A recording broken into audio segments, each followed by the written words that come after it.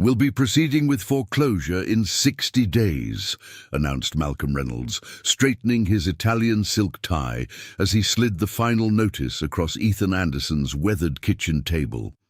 The third-generation farmer's calloused hands trembled, as bank representatives already evaluated his family's century-old orchard for liquidation value. But 4 weeks later, when county officials and agricultural experts gathered in the old barn, Reynolds' smug confidence vanished as Professor Sophia Martinez carefully opened a weathered metal box.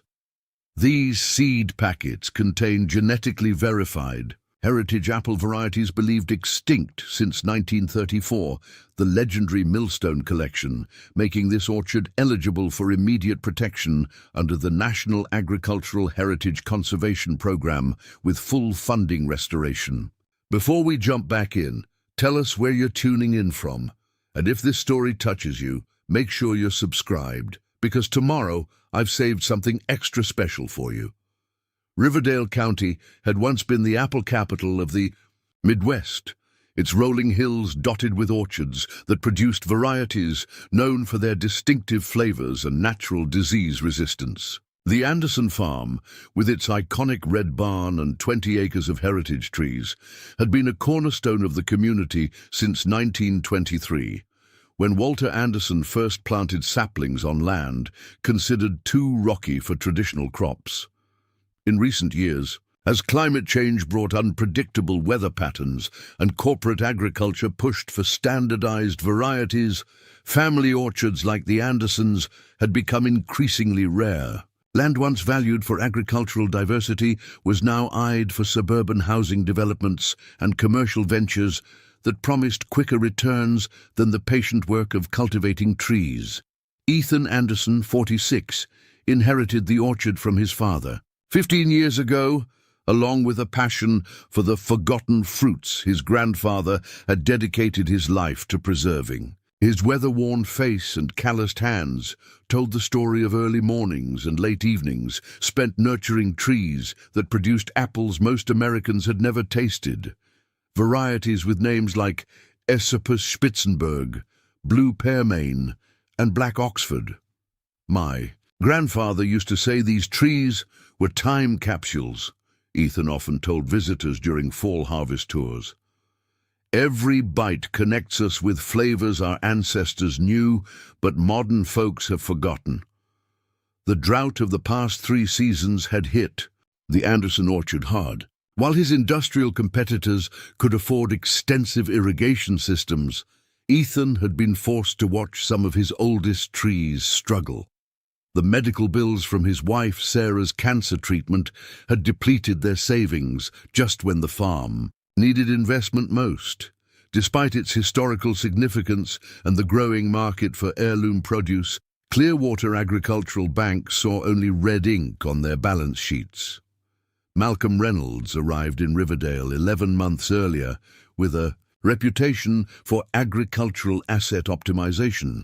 A euphemism locals quickly understood meant transitioning family farms to more profitable uses. His corner office in the renovated courthouse offered panoramic views of the valley, where farming families had worked for generations. "It's simple economics," Reynolds often explained to his loan officers. "Sentiment doesn't service debt, and tradition doesn't generate cash flow. Our responsibility is to ensure land achieves its highest potential value." When Ethan applied for a loan extension to install a more efficient irrigation system, Reynolds personally reviewed the case. The Anderson orchard's balance sheet didn't tell the story Ethan hoped. Despite growing interest in heritage apples, the operation's profit margins remained thin, while developers regularly inquired about the property's availability. Ethan sat at his kitchen table that spring evening, the foreclosure notice before him spelling the end of 3 generations of stewardship. The 60-day timeline would at least allow for one final harvest, though the thought brought little comfort. His grandfather's collection of rare apple varieties, some propagated nowhere else in the country, would likely be bulldozed for housing foundations before the year ended. A knock at the door interrupted his thoughts. through faded gingham curtains. Ethan spotted Reynolds' black luxury sedan in the driveway, its polished surface out of place among the working vehicles and equipment of a functioning farm. "Mr. Anderson," Reynolds began with practiced neutrality as Ethan opened the door. "I thought a personal visit might be appropriate, given your family's history with the property." Ethan nodded silently, gesturing the banker inside, with the ingrained hospitality that persisted even in the face of devastating news. They settled at the kitchen table, where 3 generations of Andersons had planned plantings, celebrated harvests, and weathered agricultural crises since the Great Depression. "I understand this is difficult," Reynolds continued, opening a leather portfolio, "which is why I've brought a transition proposal that's more generous than our standard terms. Clearwater is prepared to allow you to retain the farmhouse and 2 acres if you voluntarily surrender the property within 30 days instead of 60. Ethan's eyes narrowed. "Surrendering a month early gets me 2 acres. What happens to the orchard?" "Riverview Developers has expressed interest in creating an upscale residential community," Reynolds replied. "They're willing to incorporate some of the existing trees into their landscape design as a nod to the property's heritage. Some of these varieties don't exist anywhere else," Ethan said, his voice tightening. "My grandfather spent decades collecting and preserving apple genetics that commercial growers abandoned. Once they're gone forever." Reynolds nodded with practiced sympathy that never reached his eyes. "I respect your family's hobby of collecting heirloom varieties. Unfortunately, agricultural biodiversity doesn't enhance collateral value in our lending framework." "It's not a hobby," Ethan countered. "It's conservation work. I've applied for the Heritage Farm designation that would open up preservation grants." "Ah, yes, the application," Reynolds replied, his tone shifting slightly. "I understand the review committee meets next month. That's an arduous process with an uncertain outcome. Several committee members have strong connections to regional development initiatives." The implication was clear. Reynolds' influence extended beyond the bank, potentially reaching the very programs that might save the orchard. The veiled threat hung in the air between them. "Consider the transition offer carefully," Reynolds continued, rising to leave. "Clearwater would prefer an amicable resolution, but our assessment team will begin property evaluation next week regardless. The market ultimately determines the highest use for any piece of land, Mr. Anderson. Fighting that reality rarely ends well for individual farmers." After the banker left, Ethan remained at the kitchen table, surrounded by framed photos of 3 generations working the same land. His grandfather Walter stood proudly beside saplings that had grown into the towering trees now bearing fruit. His father James appeared in faded color photos from the 1970s, teaching a young Ethan how to graft scions onto rootstock. The most recent showed Ethan and Sarah during better days, before her diagnosis, smiling amid blossoming trees. What Ethan couldn't know was that Reynolds had already discussed preliminary development plans with Riverview. The proposed orchard estates would feature 50 luxury homes, with starting prices 3 times the median house value in Riverdale County. Only a decorative row of apple trees would remain as a token reminder of the land's agricultural past. As twilight deepened outside, Ethan's gaze fell on his grandfather's portrait, a stern-faced man whose eyes held a determination that had carried the farm through previous crises. Something in that unwavering gaze sparked a memory of childhood conversations in the barn, where Walter had shown him a special collection of grafting tools and spoken cryptically about insurance for the orchard's future. "When the trees face their greatest threat," his grandfather had said, "remember to look where we first began." The words had meant little to Ethan as a child. Now, with the orchard's existence hanging by a thread, he wondered if his grandfather, who had established the farm during economic hardship and preserved rare varieties through decades of agricultural industrialization, might have left something more tangible than memories to protect his life's work. The morning after Reynolds's visit, Ethan rose before sunrise, as farmers have done for generations. Instead of immediately tending to his chores, he found himself drawn to the old red barn that had stood at the heart of the Anderson farm since his grandfather's time.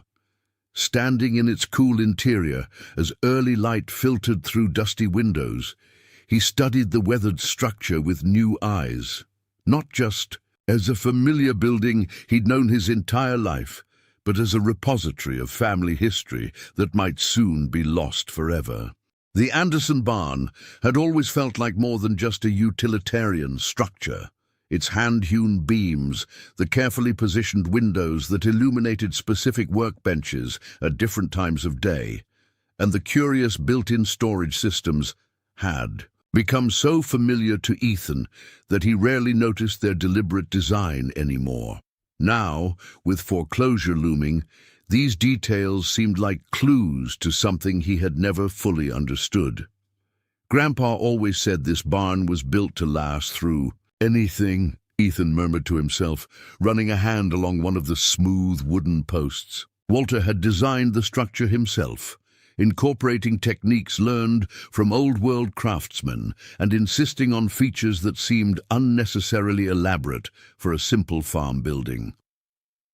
As Ethan moved through the morning's essential tasks, his mind kept returning to his grandfather's cryptic words, "When the trees face their greatest threat, remember to look where we first began." The orchard certainly faced its greatest threat now, but what had Walter meant by "where we first began"? Later that morning, Ethan called the one person who might shed light on his situation. Dr. Catherine Chen had been a horticulture professor at the State Agricultural University, an advocate for heritage fruit preservation for nearly 25 years. At 63, she had dedicated her career to documenting disappearing apple varieties, with particular focus on preserving genetic diversity against climate change and commercial standardization. "Foreclosure after 3 generations, eh?" Catherine said when Ethan explained the situation. "I've seen this happening all across the country. These banks have teams of analysts calculating land values based solely on development potential, with no consideration for agricultural or genetic heritage. Reynolds offered to let me keep the farmhouse and 2 acres, Ethan admitted. But the orchard would be destroyed. Everything my grandfather spent his life preserving, gone in a day of bulldozing. The timing is suspicious, Catherine noted. Have you looked into whether there might be a legal challenge to the foreclosure terms, or perhaps applied for heritage status? I've applied for the heritage farm designation, but Reynolds hinted that he has influence with the committee. I wouldn't be surprised if he's already working to block it. Catherine was silent for a moment. Check your family records, Ethan. Your grandfather was meticulous about documenting his work with rare apple varieties. There might be something about the orchard's historical significance that could help. That afternoon, Ethan climbed into the farmhouse attic where generations of family documents were stored in old trunks and cardboard boxes. It took hours of searching through dusty papers before he found a leather-bound journal with Walter Anderson, Orchard Notes, 1923 to 1956, written in faded ink on the cover. The journal chronicled his grandfather's acquisition of the land and the establishment of the orchard in meticulous detail. Most entries focused on practical matters, grafting techniques, weather patterns, yield records, but scattered throughout were cryptic references that caught Ethan's attention.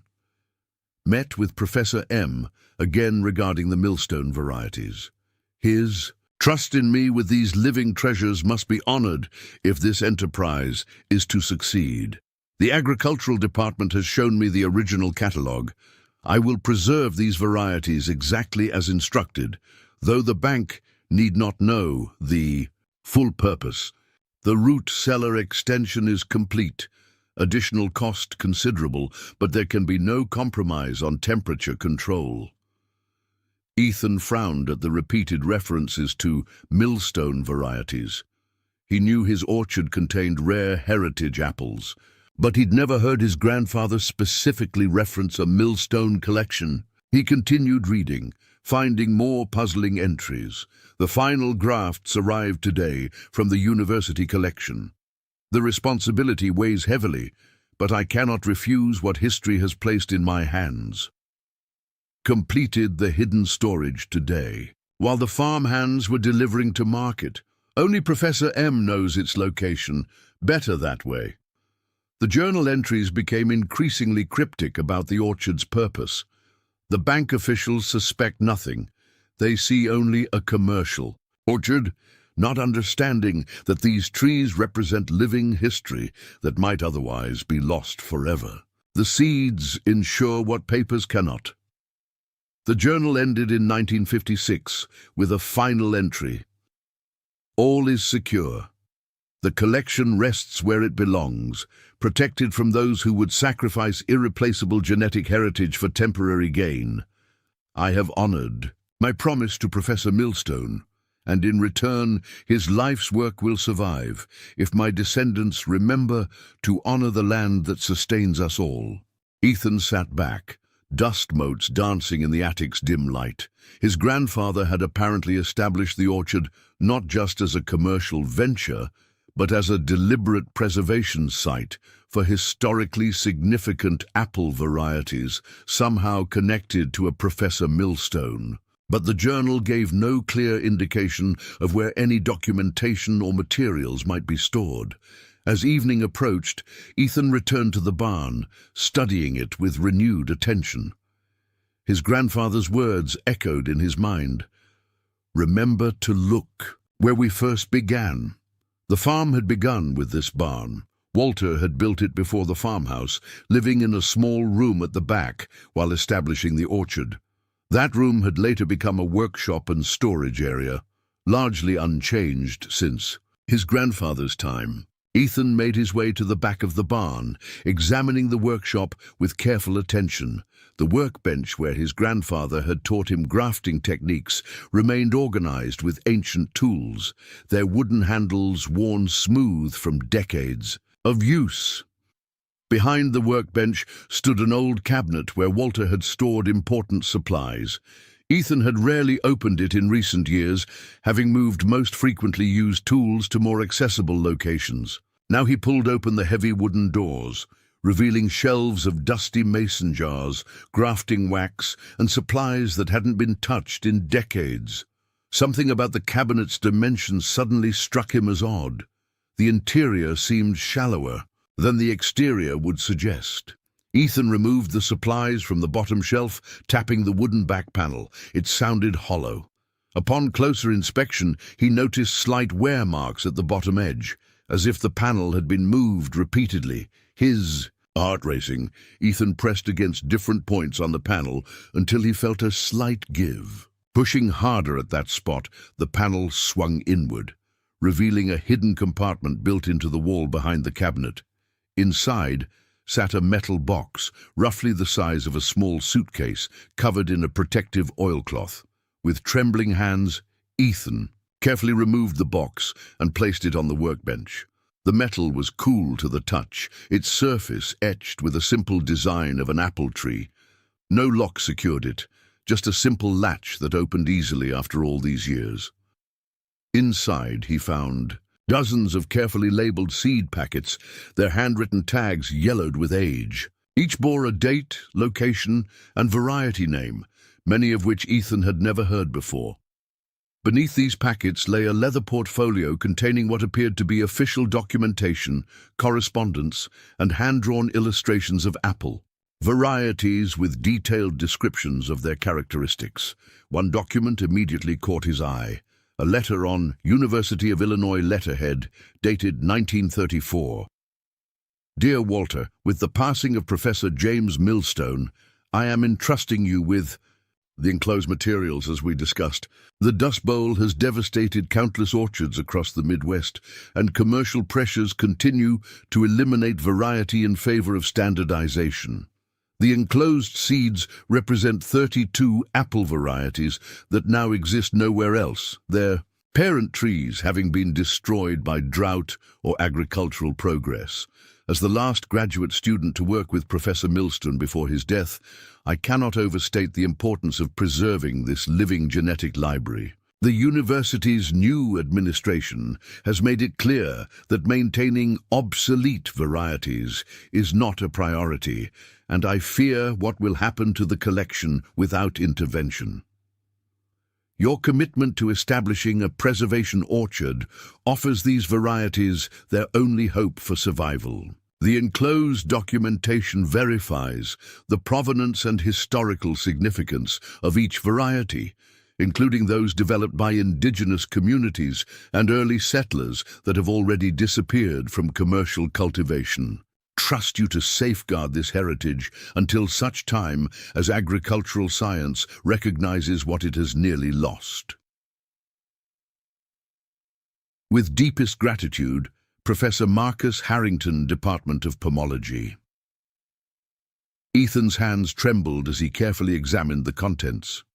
His grandfather hadn't just been a farmer, he had been the custodian of a living genetic repository, preserving apple varieties that had disappeared everywhere else. The seeds in the metal box represented living history, potentially invaluable in an era of climate change and decreasing biodiversity. Beneath the university correspondence lay a sealed envelope with "For my descendants," written in his grandfather's distinctive handwriting. Inside, Ethan found a letter dated 1956. To whoever reads this in time of need, if you are reading this, the orchard likely faces an existential threat. I established this farm not merely as a business, but as a sanctuary for living heritage that was disappearing from our agricultural landscape.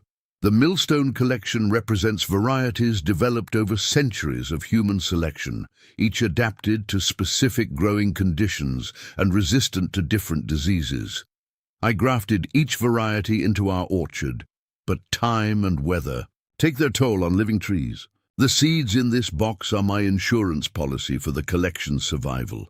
They have been carefully dried and stored to maintain viability for decades. Some may no longer germinate, but many will still carry the genetic heritage that makes them irreplaceable. Professor Harrington helped me document each variety's historical significance and unique characteristics. This documentation establishes their scientific and cultural value beyond any commercial consideration. In dark times, remember that true wealth isn't measured in dollars, but in the diversity we preserve for future generations. When I first acquired this land, such preservation was seen as mere sentiment. But I believe a time will come when agricultural heritage is recognized for its true value. Should that day arrive in your lifetime, this box may prove more valuable than the land itself. With hope for the future, Walter Anderson. As darkness fell, outside, Ethan carefully examined the seed packets, documentation, and letters by the light of the workshop lamp. The realization gradually dawned that his grandfather had left him not just an orchard, but a potential way to save it, if he could find the right people to help him verify and authenticate the collection's significance. What Walter Anderson couldn't have known in 1956 was that agricultural biodiversity would indeed become recognized as critically important in the 21st century, with heritage varieties gaining protection through conservation programs that didn't exist in his lifetime. The seeds and documentation in the metal box weren't just family heirlooms, they were potentially the key to preserving not just the Anderson orchard, but an irreplaceable piece of agricultural history. As Ethan carefully returned the materials to the box, his despair began to give way to a tentative hope. The bank could foreclose on land, but they couldn't claim ownership of a historically significant botanical collection. If these seeds and documents were as important as they appeared, they might change everything, not just for his family's farm, but for apple cultivation throughout the region. With renewed determination, Ethan reached for his phone. Dr. Catherine Chen needed to see this discovery immediately. The greatest threat to the orchard had indeed arrived, but his grandfather's foresight had provided a potential path forward that neither Ethan nor Malcolm Reynolds could have anticipated. These may be the most important apple seeds in North America, Dr. Catherine Chen whispered, handling the aging packets with reverent care. The horticulture professor had arrived at the Anderson farm before sunrise, driving 3 hours after Ethan's late-night call. Now, as morning light spilled through the barn windows, she methodically photographed and catalogued each item from Walter Anderson's hidden metal box. The Millstone collection has been something of a legend in pomology circles, she explained, carefully unfolding brittle documents. Professor James Millstone traveled throughout the United States in the early 1900s, documenting and collecting apple varieties that were already disappearing as commercial orchards standardized production.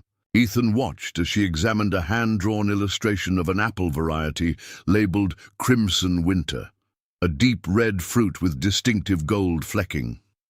"I have this variety in the northeast corner of the orchard," he said. "It produces the latest in the season, usually not ripe until the first frost." Catherine looked up sharply. "You have a living Crimson Winter tree?" That variety was believed completely extinct by the 1950s. Grandpa called it his Christmas apple. We can still harvest them in December some years. "Ethan, do you understand what this means?" Catherine set down the illustration, her expression intensifying.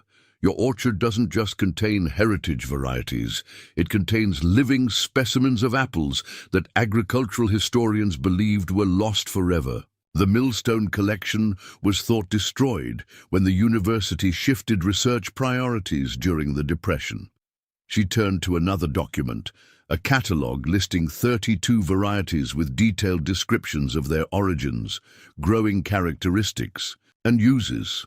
"This is essentially a genetic ark your grandfather created, preserving biodiversity that had otherwise disappeared from North American agriculture."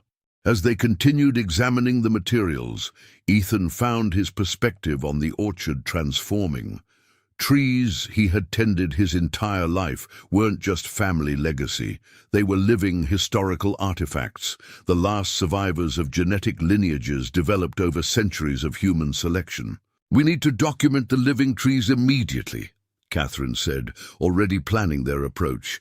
"And we need a botanist specialized in genetic identification to verify these varieties match the historical descriptions. If your trees are truly the last living specimens of these varieties, this changes everything about the foreclosure situation." "How quickly can we establish their significance?" Ethan asked, acutely aware of Reynolds' accelerated timeline. "I have contacts at the National Agricultural Heritage Program," Catherine replied, pulling out her phone.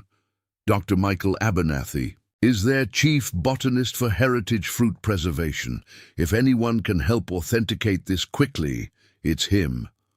While Catherine made calls, Ethan continued examining his grandfather's papers. Among them, he found property surveys with certain areas of the orchard marked with small stars. Comparing these markings to the catalogue, he realized Walter had created a map of where each rare variety was planted. "Most of these varieties are still exactly where he planted them," Ethan said when Catherine finished her calls. "He created microclimates in different parts of the orchard, south-facing slopes for heat-loving varieties, low areas near the creek for those needing more moisture." Catherine nodded, impressed by Walter's foresight. "That's why they've survived when these varieties failed elsewhere. Your grandfather wasn't just collecting trees, he was creating a perfectly designed conservation orchard." "Dr. Abernathy can be here tomorrow morning," she continued. He's bringing specialized equipment for DNA sampling and comparison. The National Agricultural Heritage Program takes potential discoveries like this very seriously, especially with the foreclosure threat looming. As they documented the collection throughout the day, Catherine explained how agricultural preservation laws had evolved since Walter's time. In the 1930s, your grandfather would have been considered sentimental for preserving obsolete varieties. Today, the genetic diversity in heritage fruits is recognized as a critical resource, especially as climate change threatens commercial monocultures. By evening, they had identified 28 living trees in the Anderson orchard that potentially matched varieties in the Millstone catalogue. 4 varieties appeared to be missing, possibly lost to severe weather over the decades. Still, 28 living examples of varieties believed extinct represented an extraordinary discovery. We need to keep this quiet until Dr. Abernathy verifies the collection, Catherine cautioned as they finished their initial documentation. If word gets out prematurely, Reynolds might accelerate the foreclosure or find ways to challenge the authentication process. What they couldn't know was that Malcolm Reynolds already suspected something was happening at the Anderson farm. The bank's assessment team, scheduled to begin property evaluation that day, had reported unusual activity. A university vehicle parked by the barn and people examining trees throughout the orchard, taking samples and photographs. Reynolds had immediately made calls to his contacts at the county recorder's office and agricultural extension service, trying to determine what Ethan might have discovered that warranted academic interest just days before foreclosure. His inquiries revealed that Dr. Catherine Chen had cancelled her university commitments for the day, citing urgent fieldwork related to heritage fruit preservation. The connection to heritage preservation immediately raised red flags for Reynolds. His development partners had encountered similar complications on 2 previous projects, where historical designations had derailed profitable conversions of agricultural land to residential developments. He needed to understand exactly what was happening at the Anderson orchard, and quickly. The following morning, Dr. Michael Abernathy arrived from the National Agricultural Heritage Program, his vehicle loaded with specialized equipment for botanical authentication. At 58, the botanist had spent his career documenting and preserving heritage fruit varieties, helping establish protected orchards across the country. "The Millstone collection," he said with undisguised excitement as Catherine showed him the documentation. "I wrote my doctoral dissertation on Millstone's work, using the few catalogue fragments that survived. To find his complete records and potentially living specimens of his varieties is beyond anything I could have hoped for." While Abernathy set up his equipment in the barn, Ethan noticed an unfamiliar vehicle slowly driving past the farm entrance.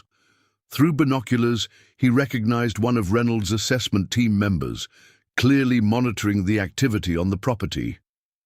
"Reynolds knows something's happening," Ethan told Catherine. "That's the 2nd time they've driven by this morning."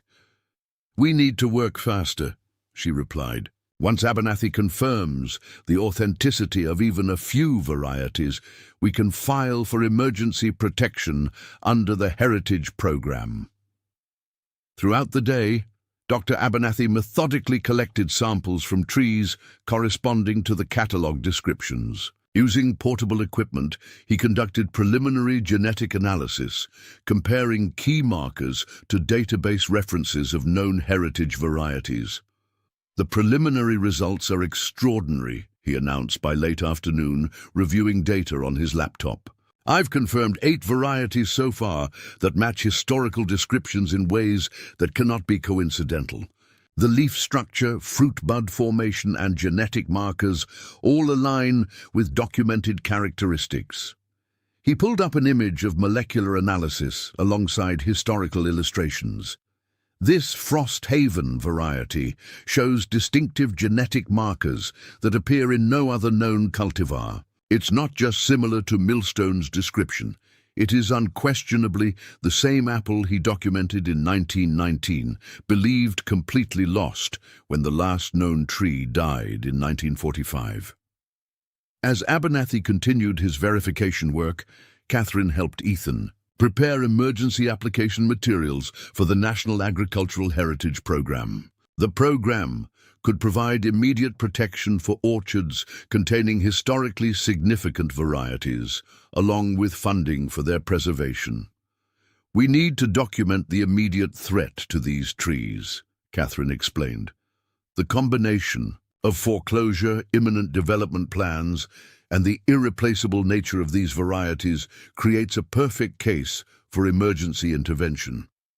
By evening, Abernathy had verified 12 varieties that matched Millstone's catalogue with scientific certainty.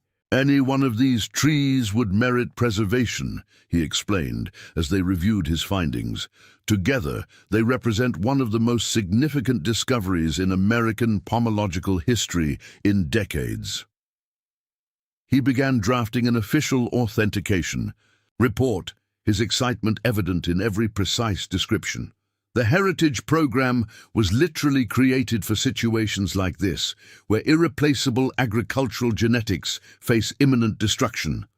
What they didn't realize was that Malcolm Reynolds had spent the day gathering his own information. Through his contacts, he had learned about Dr. Abernathy's affiliation with the National Agricultural Heritage Program and the potential implications for the foreclosure process. By evening, he had scheduled an urgent meeting with Riverview developers to discuss accelerating their timeline. As darkness fell, Ethan walked through his orchard with new awareness of each tree's significance. The gnarled branches of a harvest gold tree, planted by his grandfather nearly a century ago and now confirmed as the last living specimen of its kind, seemed to hold not just apples, but history itself. What had been a failing business venture, that morning had been transformed into a living museum of agricultural heritage by evening. "We've submitted the emergency protection application," Catherine told him, joining his walk through the twilight orchard. Abernathy's verification carries significant weight.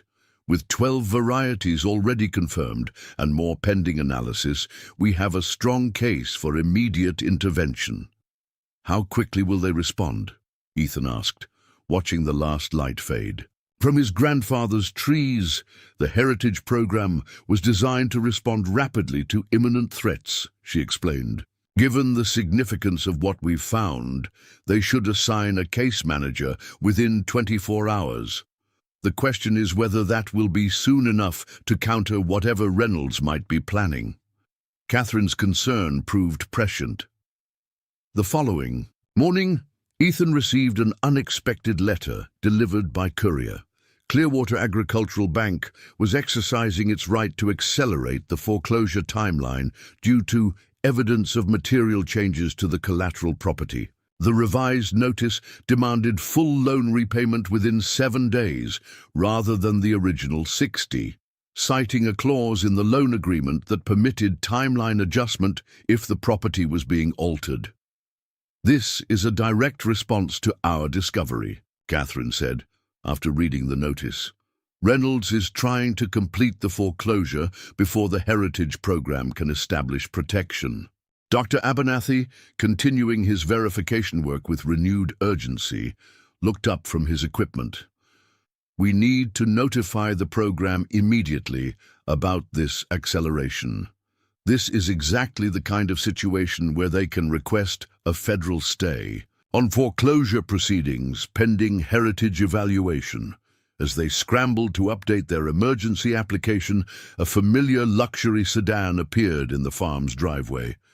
Malcolm Reynolds had decided to make a personal appearance, likely hoping to assess exactly what they had discovered and how it might impact his development plans. "Mr. Anderson," he called with forced cordiality as he approached the barn where they had established their documentation center. "I see you've turned your farm into quite the research station. Something I should know about before our foreclosure. It proceeds. The confrontation that followed would determine not just the fate of the Anderson orchard, but potentially the survival of apple varieties that had persisted against all odds for generations, living heritage that connected the present to agricultural traditions spanning centuries of American history. These may be the most important apple seeds in North America, Dr. Catherine Chen whispered, handling the aging packets with reverent care. The horticulture professor had arrived at the Anderson farm before sunrise, driving 3 hours after Ethan's late-night call. Now, as morning light spilled through the barn windows, she methodically photographed and catalogued each item from Walter Anderson's hidden metal box. The Millstone collection has been something of a legend in pomology circles, she explained, carefully unfolding brittle documents. Professor James Millstone traveled throughout the United States in the early 1900s, documenting and collecting apple varieties that were already disappearing as commercial orchards standardized production. Ethan watched as she examined a hand-drawn illustration of an apple variety labeled Crimson Winter, a deep red fruit with distinctive gold flecking. "I have this variety in the northeast corner of the orchard," he said. "It produces the latest in the season, usually not ripe until the first frost." Catherine looked up sharply. "You have a living Crimson Winter tree?" That variety was believed completely extinct by the 1950s. Grandpa called it his Christmas apple. We can still harvest them in December some years. "Ethan, do you understand what this means?" Catherine set down the illustration, her expression intensifying. "Your orchard doesn't just contain heritage varieties, it contains living specimens of apples that agricultural historians believed were lost forever. The Millstone collection was thought destroyed when the university shifted research priorities during the Depression."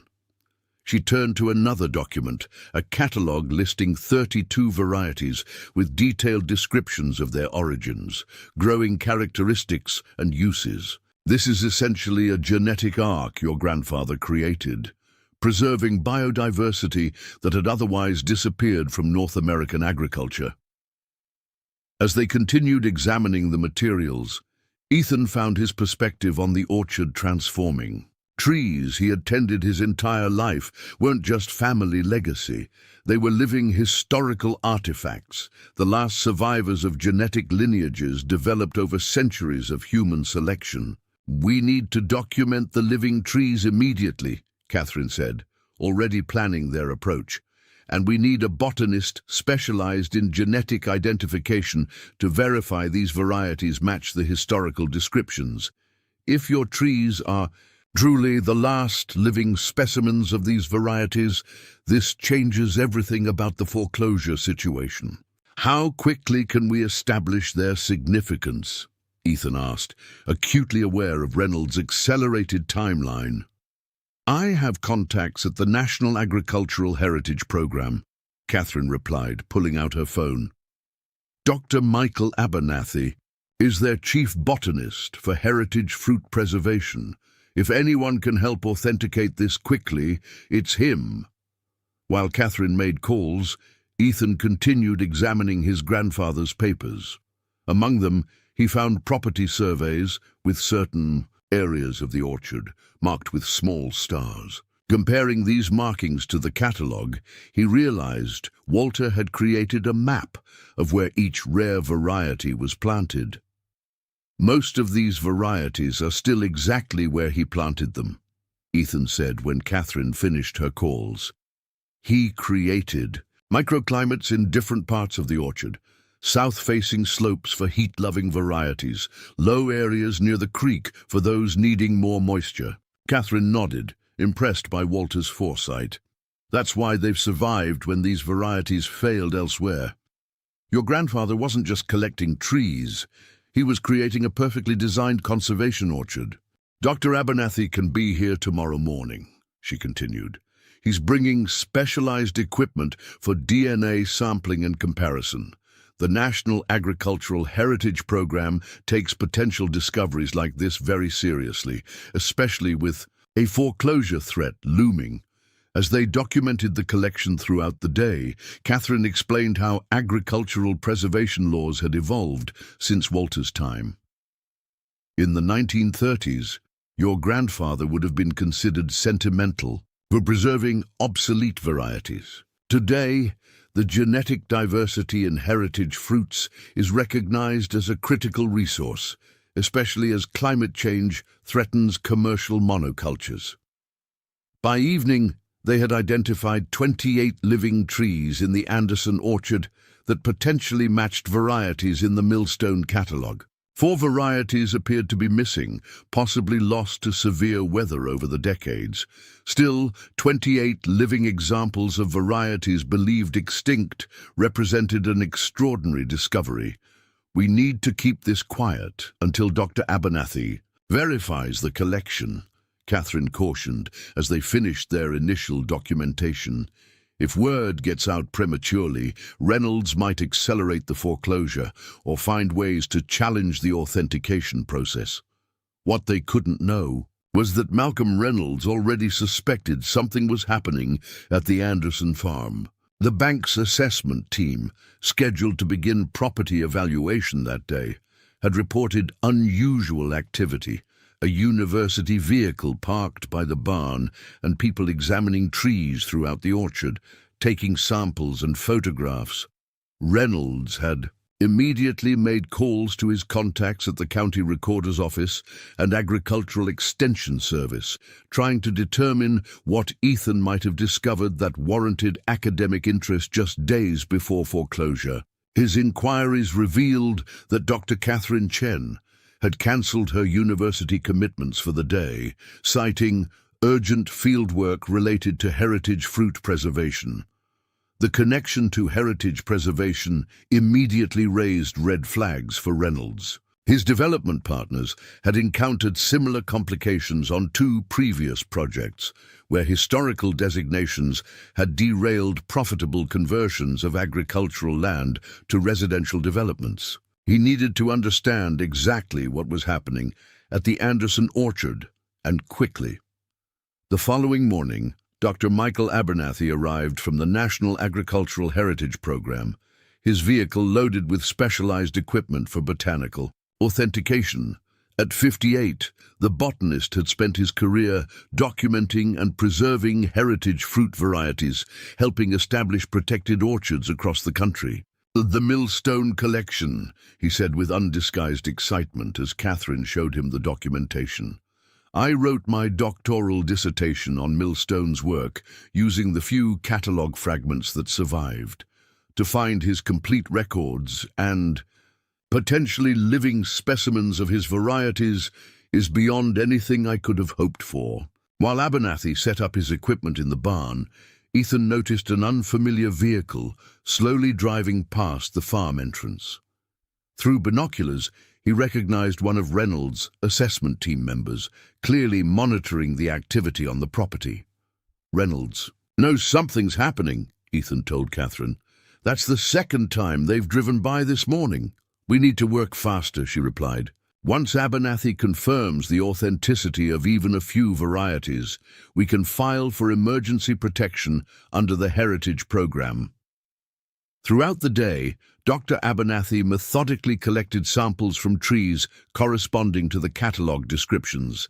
Using portable equipment, he conducted preliminary genetic analysis, comparing key markers to database references of known heritage varieties.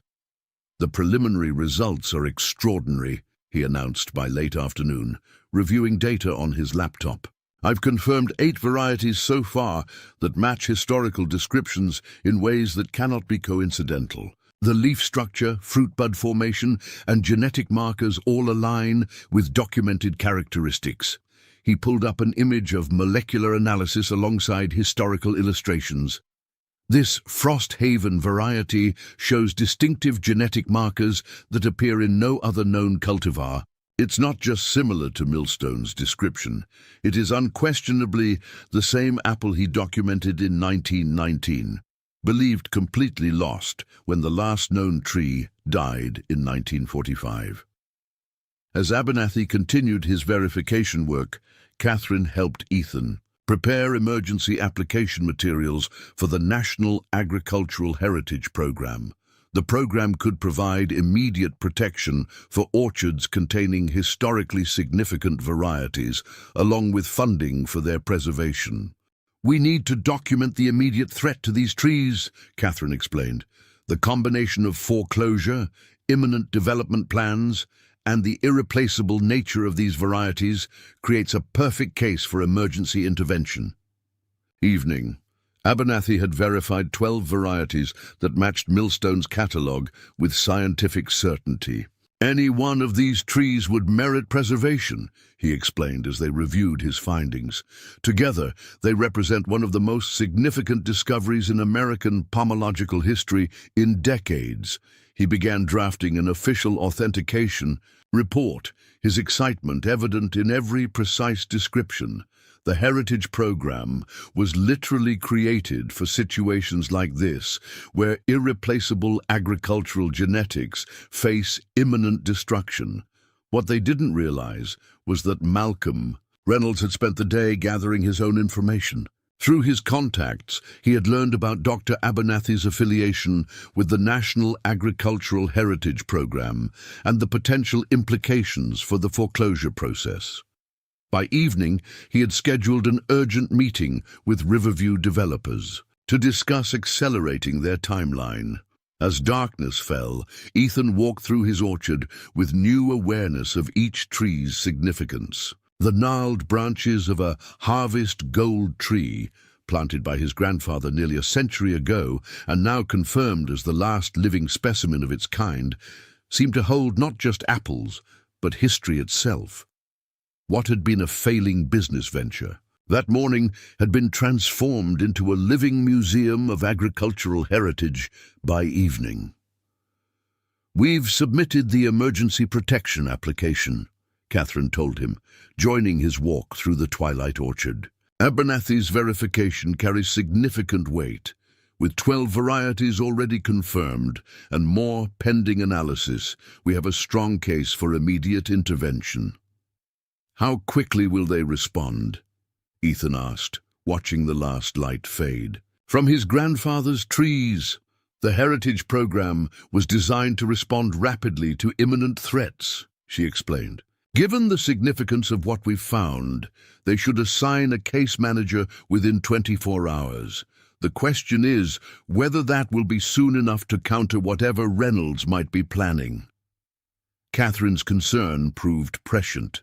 The following morning, Ethan received an unexpected letter delivered by courier. Clearwater Agricultural Bank was exercising its right to accelerate the foreclosure timeline due to evidence of material changes to the collateral property.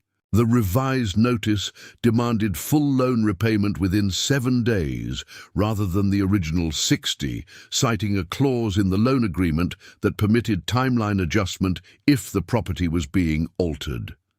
"This is a direct response to our discovery," Catherine said after reading the notice. "Reynolds is trying to complete the foreclosure before the Heritage Program can establish protection." Dr. Abernathy, continuing his verification work with renewed urgency, looked up from his equipment. "We need to notify the program immediately about this acceleration. This is exactly the kind of situation where they can request a federal stay on foreclosure proceedings pending heritage evaluation."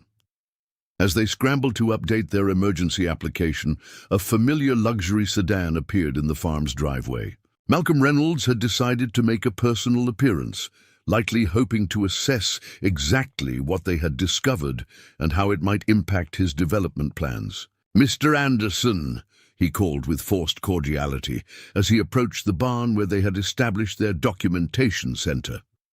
"I see you've turned your farm into quite the research station, something I should know about before our foreclosure proceeds." The confrontation that followed would determine not just the fate of the Anderson orchard, but potentially the survival of apple varieties that had persisted against all odds for generations. Living heritage that connected the present to agricultural traditions spanning centuries of American history. Ethan stood squarely in the barn doorway, blocking Malcolm Reynolds' view of the authentication equipment and documentation spread across his grandfather's workbenches. Behind him, Catherine and Dr. Abernathy quickly covered the most revealing materials, including the metal box and original millstone catalogue. "This is private property, Mr. Reynolds," Ethan said firmly. "At least for the next 7 days, according to your accelerated foreclosure notice." Reynolds smiled thinly, adjusting his designer sunglasses. "Simply doing my due diligence as the primary lien holder, Mr. Anderson. Unusual activity on collateral property naturally raises concerns about asset preservation." His gaze shifted to the rental car with government plates parked nearby. "Federal visitors are particularly noteworthy." "We're conducting agricultural research," Ethan replied, keeping his explanation deliberately vague. "Nothing that violates any terms of the loan agreement." Reynolds' attention fixed on Dr. Abernathy, who had emerged from behind Ethan. "Dr. Michael Abernathy, isn't it? National Agricultural Heritage Program? Your reputation precedes you." The banker's casual name-dropping was calculated to demonstrate his awareness of their activities. "I wasn't aware the Anderson orchard contained anything of interest to your organization. I evaluate numerous properties," Abernathy replied neutrally. "Agricultural genetics is my specialty." Reynolds nodded slowly, processing the implications. "Heritage designations can be complicated processes, I understand, often taking months or even years to finalize, far longer than a standard foreclosure." Timeline. The threat in his observation was thinly veiled. "Some discoveries merit expedited consideration," Catherine interjected, joining them at the barn entrance. "Particularly when they involve irreplaceable agricultural resources facing imminent destruction. Clearwater Agricultural Bank appreciates academic interest in our collateral properties," Reynolds responded smoothly. "However, loan agreements aren't typically affected by research findings, regardless of their scientific interest." "The accelerated foreclosure notice stands." Catherine stepped forward, her academic reserve giving way to direct confrontation. "Mr. Reynolds, are you familiar with the Emergency Protection Clause of the National Agricultural Heritage Conservation Act? It specifically addresses situations where historically significant agricultural genetics face destruction through development or land use changes." Reynolds' expression tightened almost imperceptibly.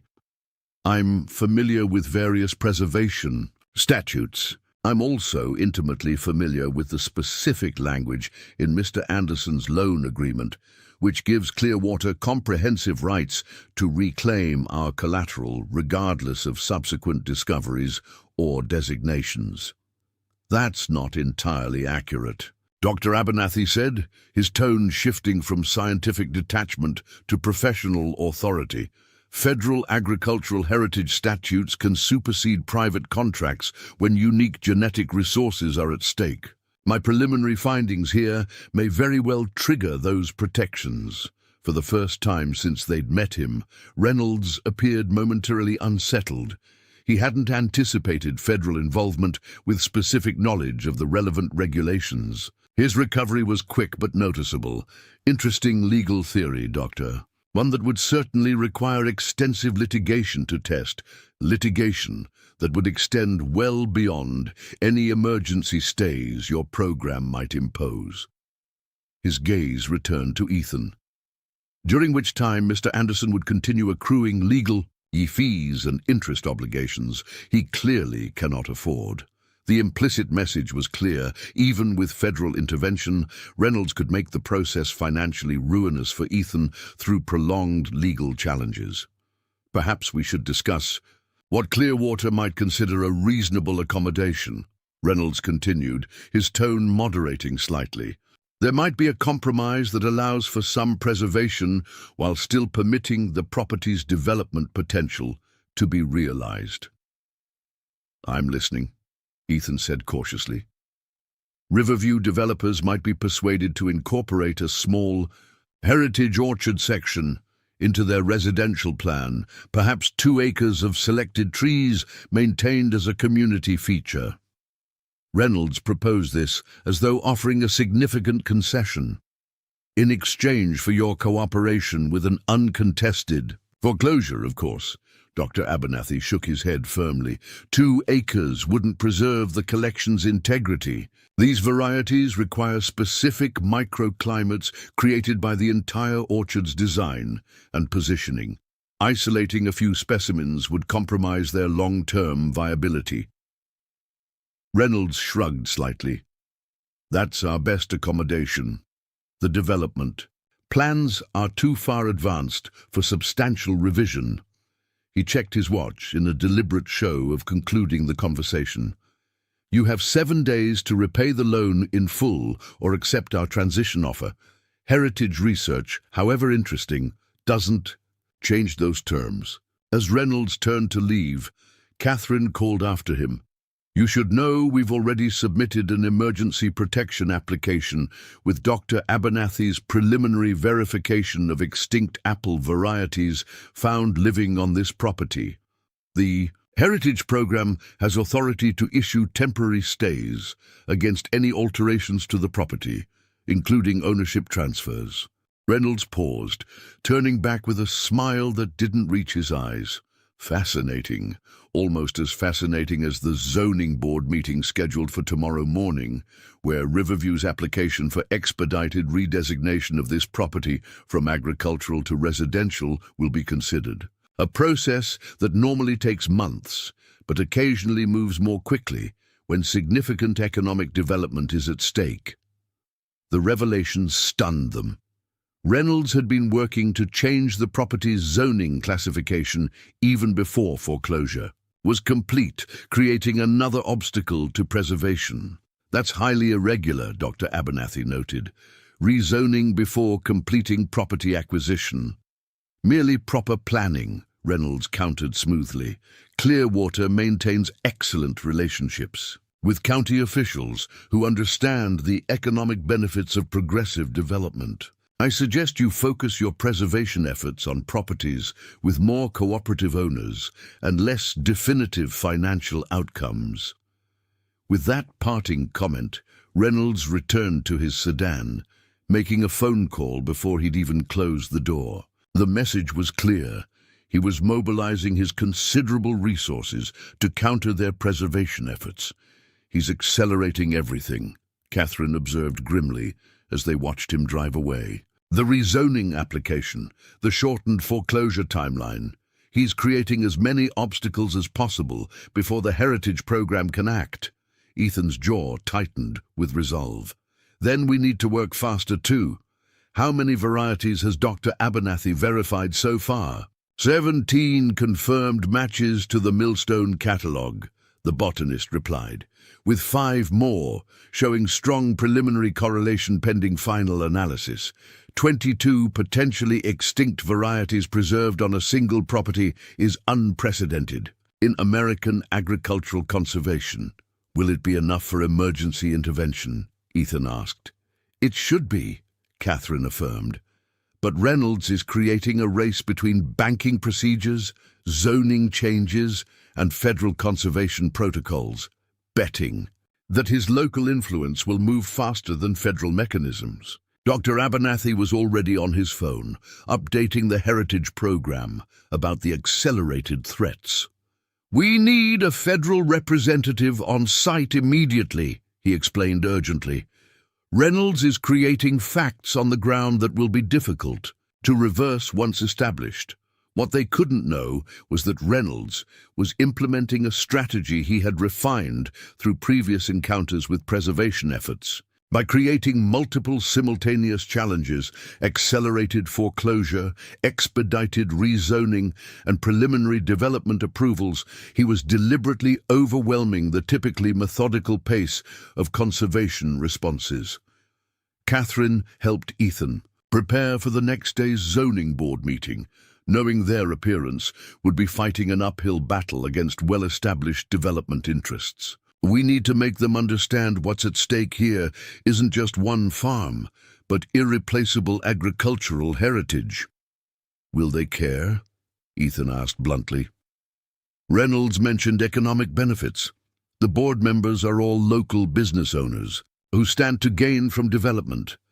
Some battles you fight even when the odds are against you, she replied, because the record of your opposition becomes important in subsequent legal challenges. Throughout the afternoon, they continued documenting the orchard and its rare varieties, creating a comprehensive case file for the heritage program. Each verified tree was tagged and photographed, its genetic significance carefully noted alongside historical documentation from the Millstone catalogue. By evening, Ethan's phone rang with an unexpected call from Eleanor Baker, one of the county's oldest residents and the unofficial historian of Riverdale. The elderly woman had learned about the accelerated foreclosure and zoning meeting from her grandson, who worked at the county clerk's office. "Your grandfather saved this community during the worst years of the Dust Bowl," she told Ethan. "When other orchards failed and people were starving, Walter Anderson's trees kept producing because of their drought resistance. He shared everything, never turned away a hungry family." The story was new to Ethan, highlighting another dimension of his grandfather's legacy. "I never knew that. Most people have forgotten," Eleanor continued. "But I haven't. Walter told me once that he planted some trees specifically because they could withstand conditions that would kill modern varieties. Said they might be needed again someday." Her recollection gave Ethan an idea. "Mrs. Baker, would you be willing to come to the zoning board meeting tomorrow? Your perspective on the historical significance of this orchard to the community might help them understand what would be lost." To his relief, she agreed immediately. "Those developers don't know the first thing about this county's history. It's about time someone reminded them."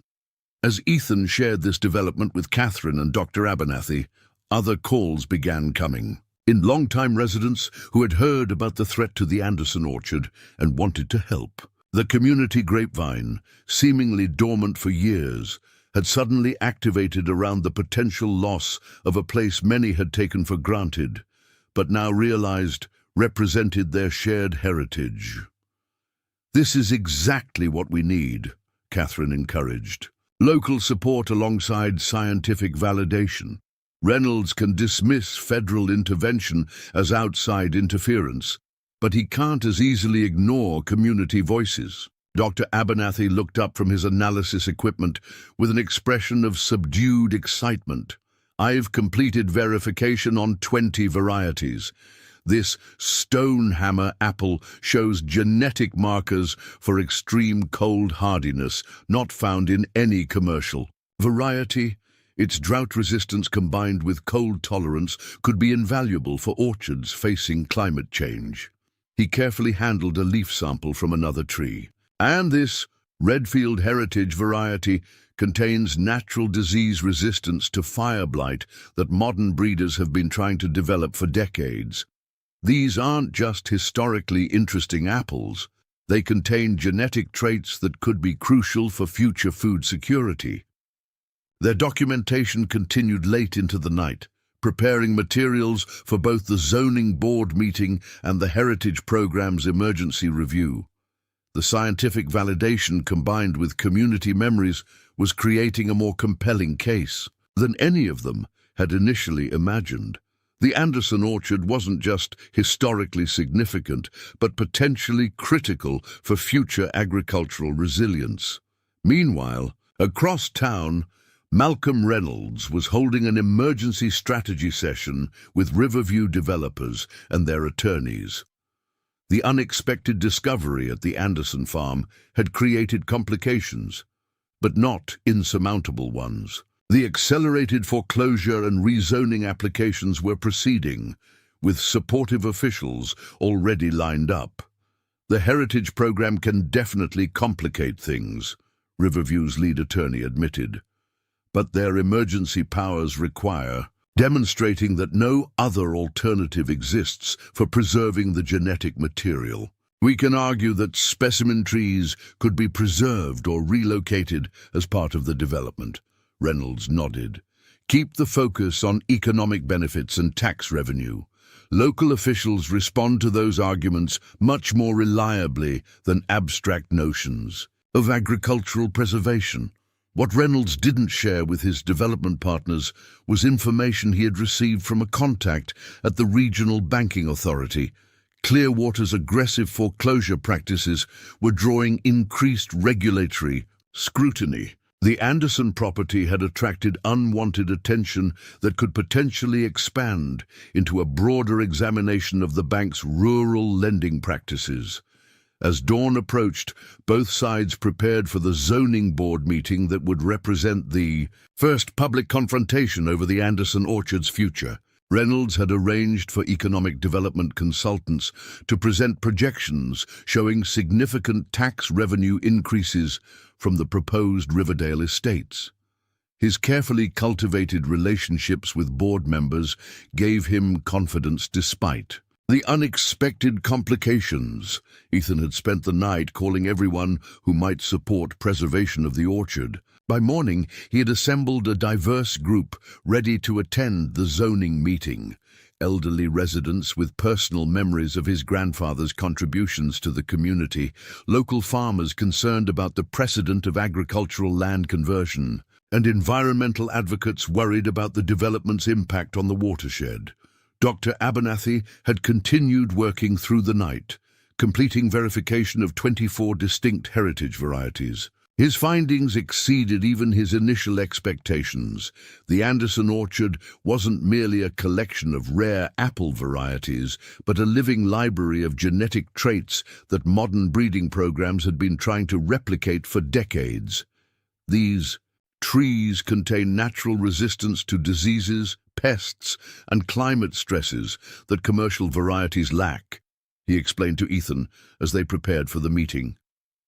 The golden russet guardian variety shows remarkable resilience against apple scab that researchers have spent millions trying to develop through conventional breeding.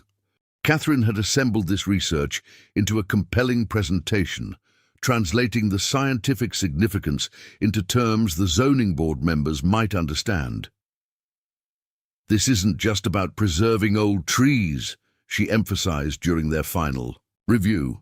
It's about protecting genetic resources that could be essential for the future of American agriculture. As they gathered their materials and prepared to leave for the meeting, Ethan paused in the orchard, touching the rough bark of the harvest gold tree his grandfather had planted nearly a century ago.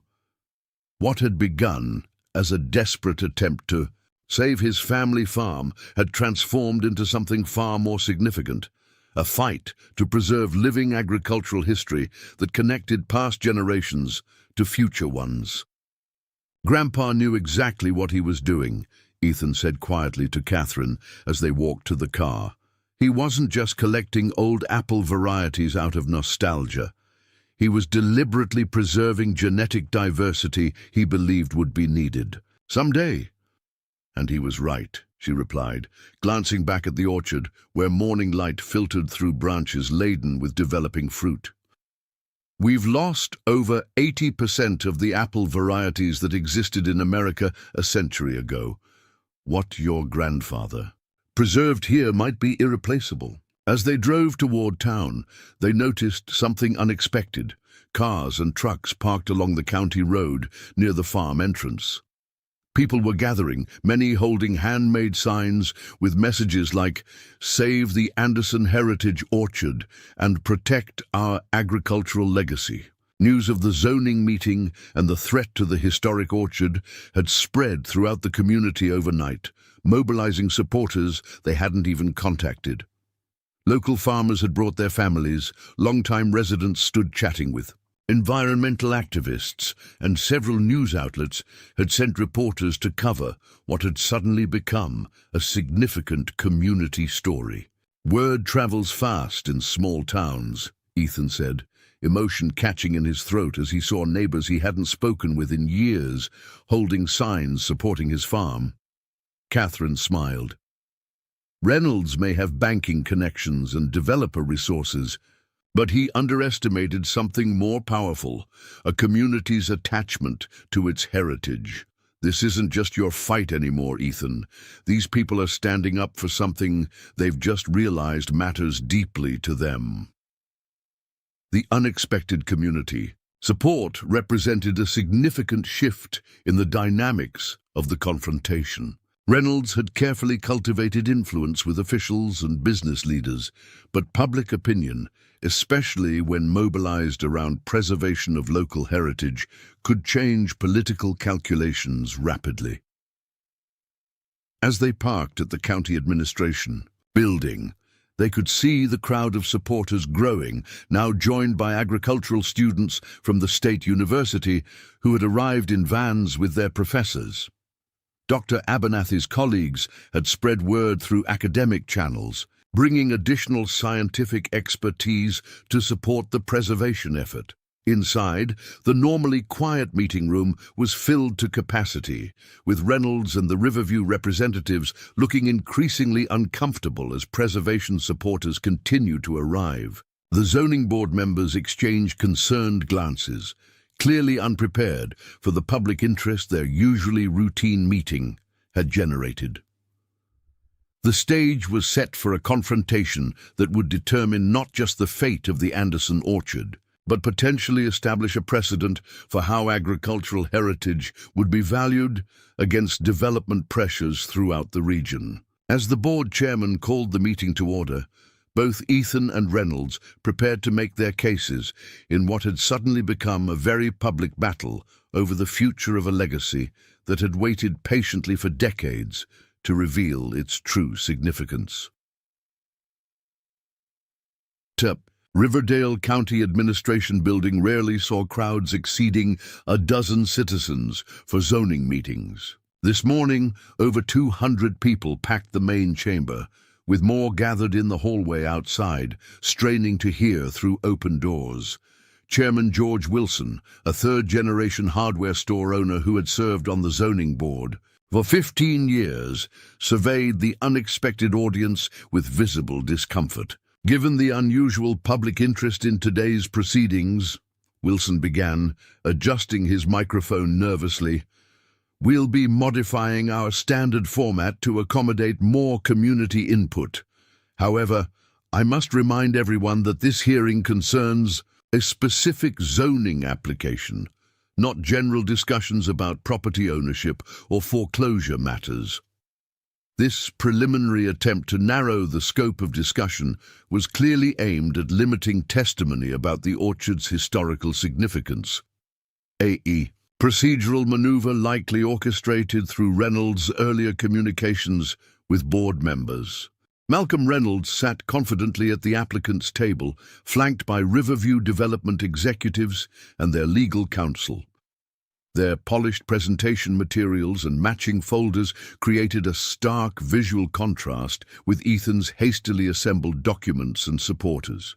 We'll begin with the applicant's presentation, Wilson announced, nodding toward Reynolds. The banker rose smoothly, buttoning his tailored suit jacket as he approached the presentation screen. Chairman Wilson, board members, thank you for accommodating our request for expedited consideration. Riverdale Estates represents a transformative economic opportunity for this community. For the next 15 minutes, Reynolds and his team delivered a meticulously choreographed presentation highlighting tax revenue projections, job creation estimates, and property value enhancements surrounding the proposed development. Digital renderings showed luxurious homes nestled among carefully landscaped grounds, with a small section labeled Heritage Orchard Park, featuring a handful of apple trees around a decorative gazebo. We recognize the Anderson property has certain historical associations, Reynolds acknowledged with practiced sincerity, which is why our plan incorporates preservation of selected specimen trees within a dedicated public space. This balanced approach honors agricultural heritage while embracing economic progress essential for Riverdale's future. Board members. nodded appreciatively as Reynolds detailed infrastructure improvements Riverview would fund, road expansions, water system upgrades, and enhanced emergency services access. Each point was calculated to address municipal pain points that limited county budgets had left unresolved for years. As Reynolds concluded, Wilson turned to Ethan. "Mr. Anderson, you've requested time to address the board regarding this application. Please keep your comments focused on zoning considerations, not ownership disputes currently under separate legal proceedings." Ethan approached the podium, visibly nervous but determined. Unlike Reynolds, he wore work clothes, clean but bearing the faint stains of honest labor that no amount of washing could completely remove. Catherine joined him, carrying their presentation materials. "Thank you for allowing me to speak," Ethan began. "I'm not here to dispute Clearwater Bank's loan proceedings, but to provide critical information about the property being considered for rezoning, information that directly affects its appropriate land use classification." He nodded to Catherine, who loaded their presentation onto the display screen. The first image showed Walter Anderson's metal box and the Millstone catalog documentation. "3 days ago, I discovered something my grandfather deliberately preserved. On our farm, something that fundamentally changes the property's significance beyond ordinary agricultural land." For the next 10 minutes, Ethan and Catherine alternated explaining their discovery, showing images of the rare apple varieties alongside their historical documentation. Dr. Abernathy provided scientific context, explaining genetic verification, methods that confirmed the tree's unique characteristics and extinct status. "This isn't merely a sentimental appeal," Dr. Abernathy emphasized. "The Anderson orchard contains living specimens of 24 apple varieties believed extinct since the 1930s. These trees preserve genetic traits for disease resistance, climate adaptability, and nutritional profiles absent from modern commercial varieties." Eleanor Baker, the 92-year-old county historian, spoke next, her voice wavering but powerful as she recounted Walter Anderson's role during the Dust Bowl years. "When other orchards failed and families went hungry, Walter's trees produced food that sustained this entire community. Those weren't just any apple trees, they were varieties specifically selected to withstand conditions that destroyed other crops." As their presentation continued, the mood in the room noticeably shifted. Board members who had begun with polite but distant expressions now leaned forward, engaged by the unexpected historical and scientific significance being revealed. The National Agricultural Heritage Program has initiated emergency review of this site, Dr. Abernathy continued, displaying official documentation. "Preliminary findings already confirm its exceptional importance to American agricultural genetics. We're requesting the board delay rezoning consideration pending completion of the federal heritage evaluation." Reynolds interrupted, rising from his seat with controlled urgency. "Chairman Wilson, while these historical anecdotes are certainly interesting, they have minimal relevance to zoning considerations. The applicant has already accommodated preservation concerns through the Heritage Orchard section of our development plan." Before Wilson could respond, the chamber doors opened to admit 2 new arrivals, a man and woman in professional attire carrying federal government credentials. They approached the podium as whispers spread through the audience. Dr. Diana Rivera, director of the National Agricultural Heritage Program. The woman introduced herself, presenting her identification to Chairman Wilson. "This is James Morrison, our legal counsel. We're here regarding the Anderson property currently under discussion." Reynolds's composed demeanor flickered briefly before he regained control. The federal intervention he had feared had arrived sooner than anticipated. "Chairman Wilson, board members," Dr. Rivera continued, "yesterday our office received an emergency protection application regarding the Anderson orchard. Our preliminary review of documentation submitted by Dr. Abernathy meets threshold requirements for immediate action under the Heritage Conservation Act. She handed official documents to the board secretary. This serves as formal notification that the Anderson property has been placed under temporary protection status pending full evaluation. This federal designation temporarily suspends any zoning changes, ownership transfers, or physical alterations to the property for 45 days. The announcement sent murmurs through the audience. Reynolds immediately consulted with his legal team, their urgent whispers barely concealed behind cupped hands. Furthermore, Morrison added, we've filed concurrent notification with Clearwater Agricultural Bank regarding suspension of their foreclosure proceedings on this property for the same period. Federal courts have consistently upheld Heritage Program authority to temporarily freeze financial actions that could result in destruction of protected agricultural genetics. This dual intervention, halting both the rezoning and foreclosure processes simultaneously, represented precisely the scenario Reynolds had been racing to prevent. His carefully orchestrated timeline had been designed to complete both actions before federal mechanisms could engage. This is regulatory overreach, Reynolds objected, approaching the podium. Clearwater has valid contractual rights that predate any heritage considerations. The proposed development already accommodates preservation through our Heritage Orchard section. Dr. Rivera turned toward him with professional courtesy, masking unmistakable authority. Mr. Reynolds, we've reviewed Riverview's proposal. Transplanting or isolating a few specimen trees fails to preserve the genetic integrity of this collection.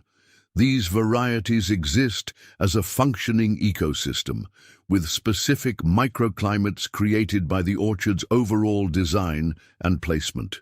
She displayed a thermal imaging map of the Anderson property. Our preliminary analysis indicates that Walter Anderson deliberately positioned these varieties to create temperature gradients, wind buffers, and moisture retention patterns that protect sensitive cultivars. The entire property functions as an integrated conservation system, not simply a collection of individual trees. This scientific validation of Walter's design intentions visibly affected board members, who had likely perceived the orchard as merely an outdated agricultural operation rather than a deliberately engineered conservation project 7 decades ahead of its time. Chairman Wilson, recognizing the shifting dynamics, attempted to regain procedural control. Given this federal intervention, it appears the board must table this rezoning application pending resolution of the heritage evaluation process. Reynolds made one final attempt to salvage his timeline. Chairman Wilson, federal designation isn't guaranteed simply because a temporary review has been initiated. I propose the board conditionally approve the rezoning, effective upon completion of the heritage review if protection is denied. This procedural maneuver would essentially pre-approve development should the federal protection ultimately be rejected, giving Reynolds a significant advantage in subsequent proceedings. Wilson looked uncertain, clearly weighing the community's visible support for preservation against long-established relationships with development interests. The chamber fell silent as board members exchanged glances, sensing the historic significance of their decision. At that moment, an elderly man rose from the audience, Robert Garcia, a retired county commissioner known for his institutional knowledge and integrity. Mr. Chairman, if I may address procedural precedent, our bylaws specifically prohibit conditional zoning approvals when federal reviews are pending. This board established that policy in 1994 precisely to prevent predetermining outcomes of higher jurisdictional processes.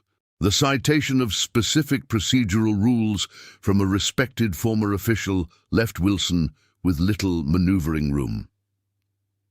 Thank you for that clarification, Mr. Garcia. In light of federal action and our established procedures, this application is Tabled for 45 days, pending heritage evaluation outcomes. The gavel's sharp crack formalized the decision, bringing the first public confrontation to a clear resolution in Ethan's favor. The temporary reprieve would provide crucial time for complete documentation and evaluation of the orchard's significance. As the meeting adjourned, supporters surrounded Ethan, offering congratulations and sharing personal memories of his grandfather and the orchard. The community connection to this heritage had awakened with unexpected vigor, transforming what had begun as one farmer's desperate last stand into a collective effort to preserve shared agricultural history. Reynolds did not join the impromptu celebration, instead conferring intensely with his legal team in a corner of the chamber. The banker's expression betrayed rare frustration. Federal intervention had disrupted his carefully structured timeline, but the battle was far from over. His gaze met Ethan's briefly across the room, conveying silent determination that this setback was merely temporary. Outside the administration building, Catherine embraced Ethan in spontaneous celebration. "This is exactly what we needed. Time to complete proper documentation and verification. The Heritage Program doesn't issue temporary protections lightly. They clearly recognize the collection's significance." Dr. Rivera approached them as reporters, gathered nearby, sensing a story that transcended local interest. "Mr. Anderson, we have a team of botanists and agricultural historians arriving tomorrow to begin comprehensive documentation. Your grandfather created something truly remarkable, potentially the most important single-site apple genetics repository in the country." "Will 45 days be enough?" Ethan asked, aware that Reynolds would use every available resource to challenge the designation. "For preliminary protection, yes," she assured him. "Comprehensive designation takes longer, but once we document the full extent of the collection, continued protection becomes much more likely. These initial findings already exceed significance thresholds for the National Registry of Agricultural Heritage Sites." As they discussed next steps, Ethan noticed Reynolds exiting the building, phone pressed to his ear as he issued instructions with clipped precision. The banker's confident stride suggested he was already developing alternative strategies to achieve his objectives despite this setback. "This isn't over," Ethan observed quietly. "Reynolds has too much invested in this development to abandon it easily." Dr. Abernathy nodded in agreement. "The Heritage Program can delay proceedings and scientifically document significance, but permanent protection requires demonstrating ongoing viability. We need to show this orchard isn't just historically important, but sustainable for the future." This observation highlighted the critical distinction between temporary intervention and permanent protection. The former could be achieved through scientific and historical documentation. The latter required demonstrating economic sustainability, precisely where Ethan had been struggling before discovering his grandfather's hidden legacy. "That's our next challenge," Catherine acknowledged, "proving these heritage varieties aren't just scientifically valuable, but economically viable in today's agricultural marketplace." As they returned to the farm that afternoon, federal team members were already arriving, botanists, historians, and documentation specialists dispatched with remarkable speed. The National Agricultural Heritage Program had clearly prioritized the Anderson Orchard case, allocating significant resources to its evaluation. Dr. Rivera explained their unusually rapid response as they toured the property. "We've lost so many heritage agricultural sites to development before their significance could be properly documented. Your grandfather's collection represents exactly the kind of irreplaceable genetic repository our program was created to protect." While federal specialists began their meticulous documentation process, cataloging each tree and its historical provenance, Ethan found himself drawn back to his grandfather's workshop. The metal box had yielded its immediate secrets, but something About Walter's journal entries suggested there might be more information yet undiscovered. Returning to the leather journal, Ethan carefully reread entries from the 1930s, noting references to marketing studies and commercial applications that seemed disconnected from the preservation narrative. His grandfather had been not just a preservationist but a practical farmer. He would have considered the economic potential of these varieties, not merely their historical significance. As evening approached, Catherine found Ethan in the workshop, surrounded by his grandfather's journals and notes. Federal team has already verified 28 distinct varieties. They're calling it the most significant apple genetics discovery in decades. Ethan looked up from a journal entry he'd been studying intently. Grandpa wasn't just preserving these apples because they were rare. He documented specific commercial applications for each variety: disease-resistant cider apples, long-storing culinary varieties, and what he called specialty dessert fruits with unique flavor profiles. He showed her the detailed notes Walter had compiled on potential markets for heritage varieties, notes that had seemed irrelevant during the era of agricultural standardization but appeared remarkably prescient in today's farm-to-table artisanal food renaissance. He wasn't just saving these varieties for some distant future when they might be appreciated, Ethan realized.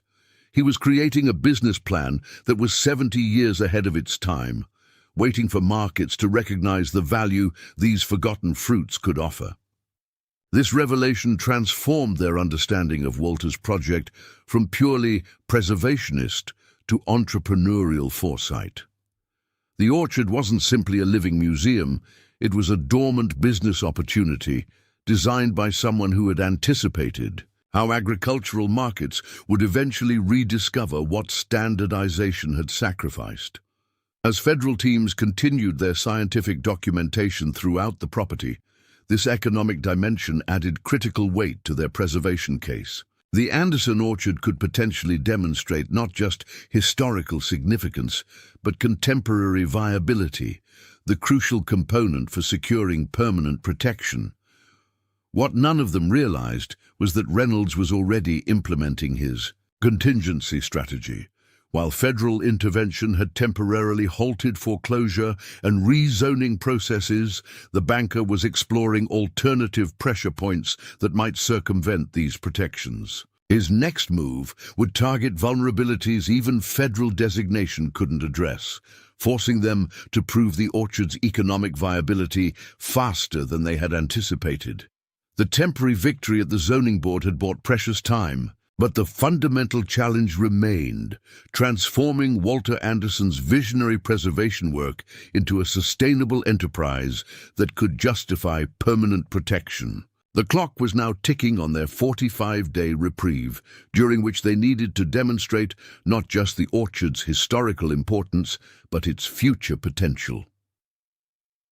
2 weeks after the zoning board meeting, the Anderson orchard had transformed into a hive of scientific activity. Botanical specialists methodically documented each heritage variety, geneticists extracted DNA samples for comprehensive analysis, and historians meticulously correlated Walter's notes with agricultural records from the 1920s and 30s. The preliminary protection status had created a temporary sanctuary where the orchard's significance could be properly assessed without the immediate threat of development.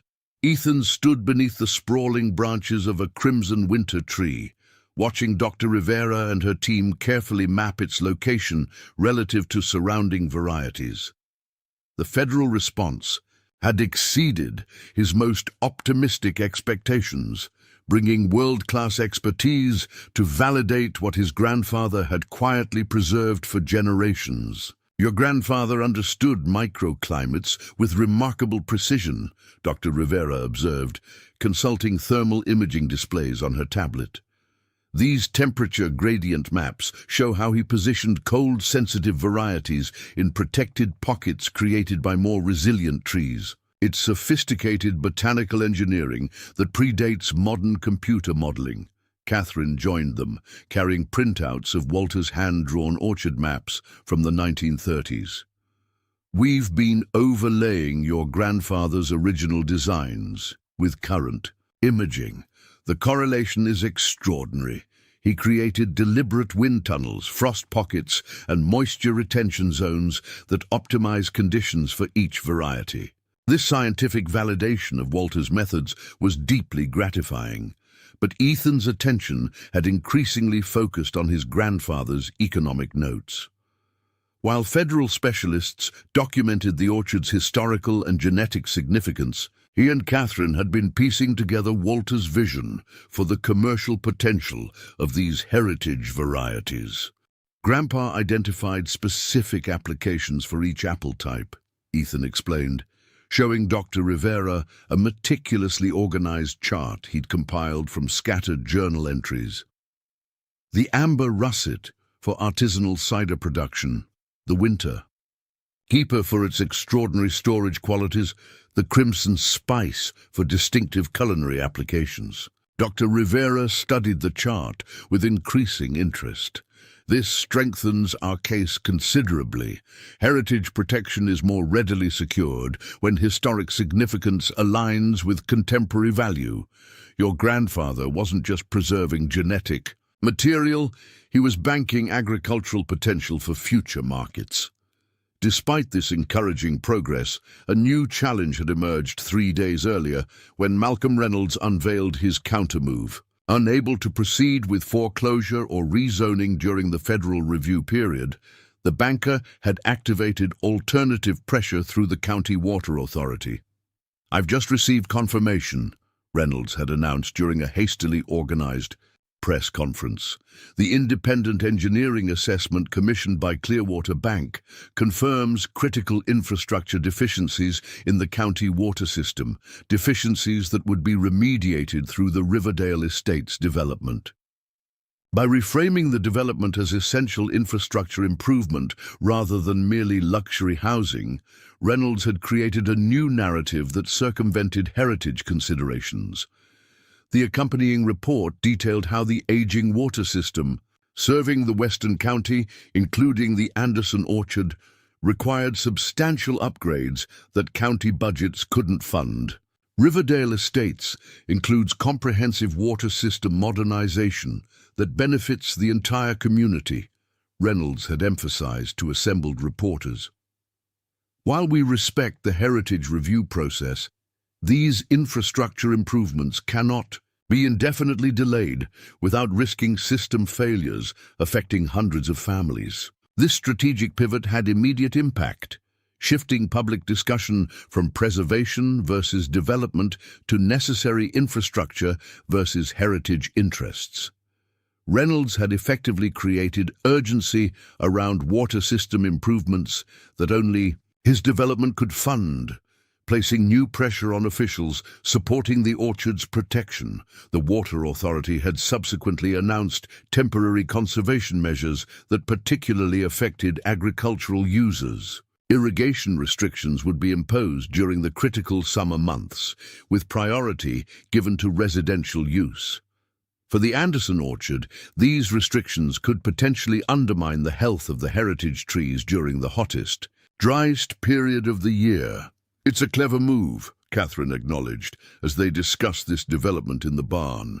"Reynolds can't directly challenge the federal protection, so he's created conditions that could damage the orchard while appearing to address legitimate community concerns." Dr. Abernathy nodded grimly. "The heritage program can prevent development of the property, but it has limited authority regarding water allocation policies. If these trees experience significant stress during the protection period, it could undermine our case for permanent designation." Ethan studied the county water system map, noting how the main line ran directly through his property. "Grandpa always said our water access was secure because the primary county line crosses our land. There's an easement agreement somewhere in the old files."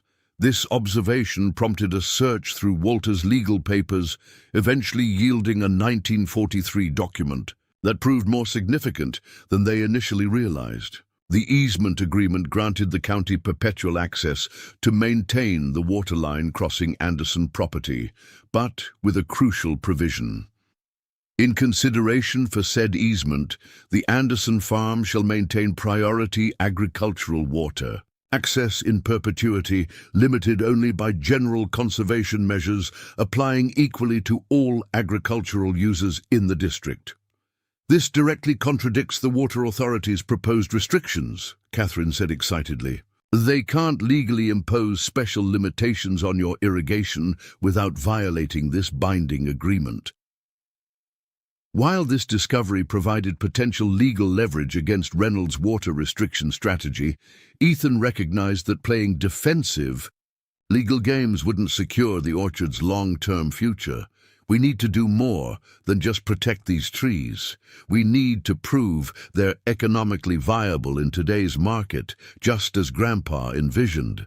That realization sparked an intensive exploration of Walter's commercial notes, revealing remarkably prescient market analysis. His grandfather had documented specific qualities that made each variety commercially distinctive: flavor profiles, storage capacities, disease resistance, and culinary applications that industrial apple production had sacrificed for standardization and shelf appearance.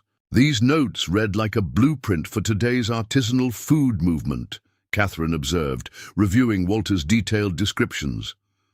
The Honeycrisp apple wasn't developed until decades after these notes, but your grandfather was already identifying the market potential for apples with complex flavor profiles and distinctive characteristics. With Dr. Rivera's encouragement, they began contacting specialty food producers, heritage cuisine chefs, and craft beverage makers to gauge market interest in the unique varieties.